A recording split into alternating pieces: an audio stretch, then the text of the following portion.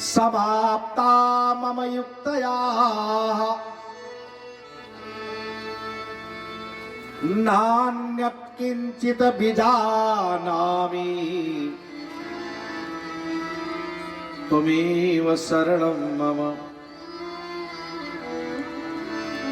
हे असरण शरणनाथ, मेरी बुद्धि अब अपने आप विकुंठित हो गई है। मैंने संसार की सारी युक्तियां लगा दी, मेरी सारी युक्तियां फेल हो गई। अब तो मैं ये जानता हूं कि आप ही है मेरे, आपके सिवा मेरा कोई है नहीं। आप परम शरण हैं, आप मेरे रक्षक हैं।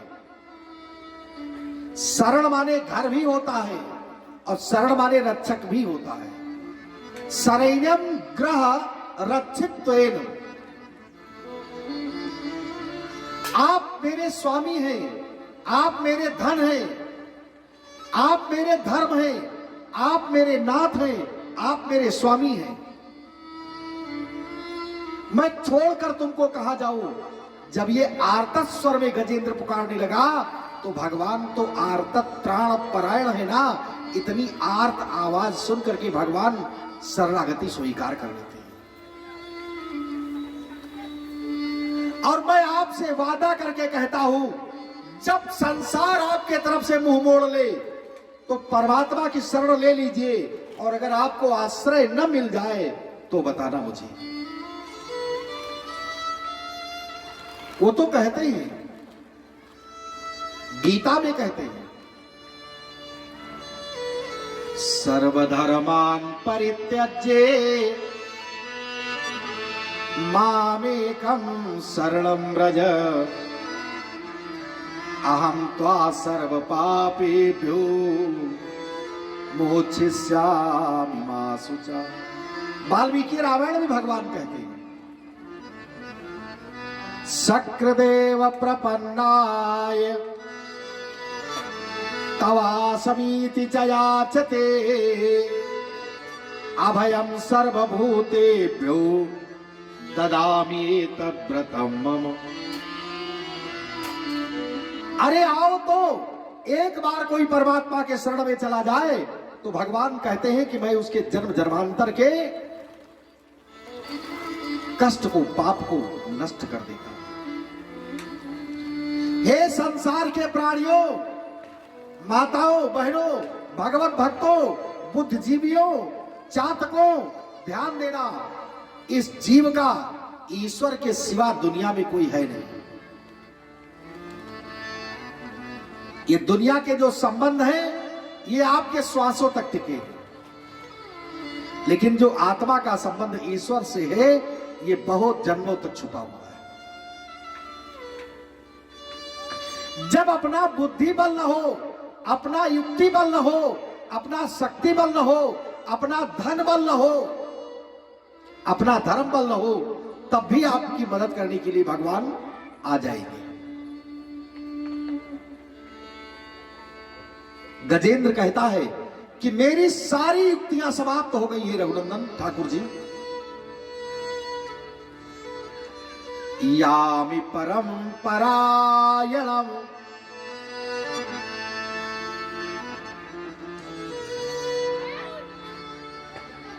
मैं आपके शरण में हूं, मेरी रक्षा कीजिए।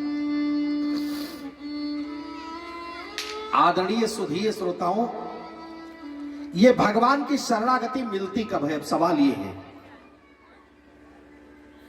गजेंद्र स्तुति करते हुए भगवान की कह रहा है, एक श्लोक बोल रहा हूं भागवत जी का, ध्यान देना, कि न विद्यते, हे प्रभु आपका जन्म कर्म, न विद्यते यस्य च जन्म कर्म वा, न विद्यते यस्य च जन्म कर्म वा, न नाम रूपे गुण दोष एव वा, तथापि लोकाप्यय संभवायया स्वमायया तान्यनुकालमृच्छति। हे प्रभु, आपका जन्म कर्म नाम रूप कुछ नहीं है। और गीता के चौथे अध्याय के 9वें श्लोक में भगवान श्री कृष्ण कहते हैं, अर्जुन जन्म कर्म च मे दिव्यम, अर्जुन मेरा जन्म भी है और मेरा कर्म भी है, लेकिन वो बड़ा दिव्य है। भगवान के जन्म की दिव्यता जानते हैं? ये संसार के लोग जब पैदा होते हैं महाराज मां के गर्भ से, तो ऐसे नंगे पैदा हो जाते हैं। भगवान कभी नंगे नहीं पैदा होते। जान तो कैसे पैदा होते हैं?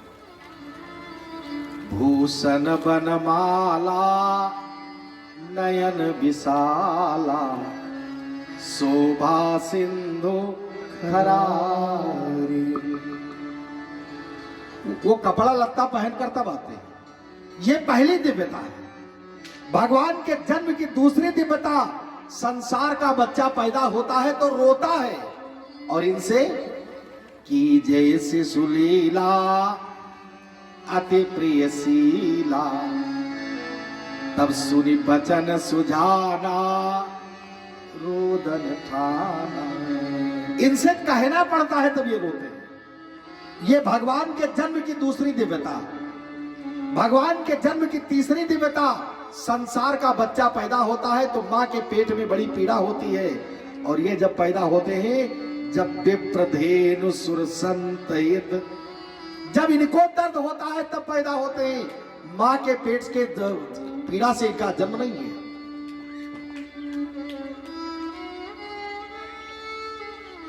ये भगवान के जन्म की दिव्यता है।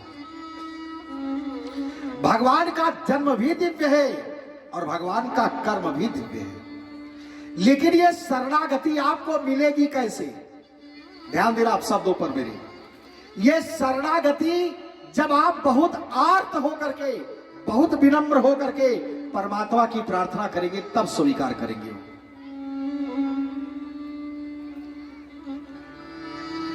रामचरितमानस अगर आप देखें तो उसमें से एक उदाहरण दे देता हूं, थोड़ा बुद्धिजीवी लोग ध्यान दें।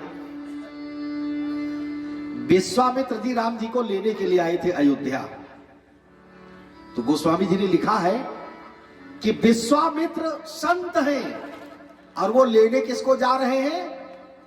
ब्रह्म को। तो ब्रह्म की सत्ता जीव को कब मिलती है?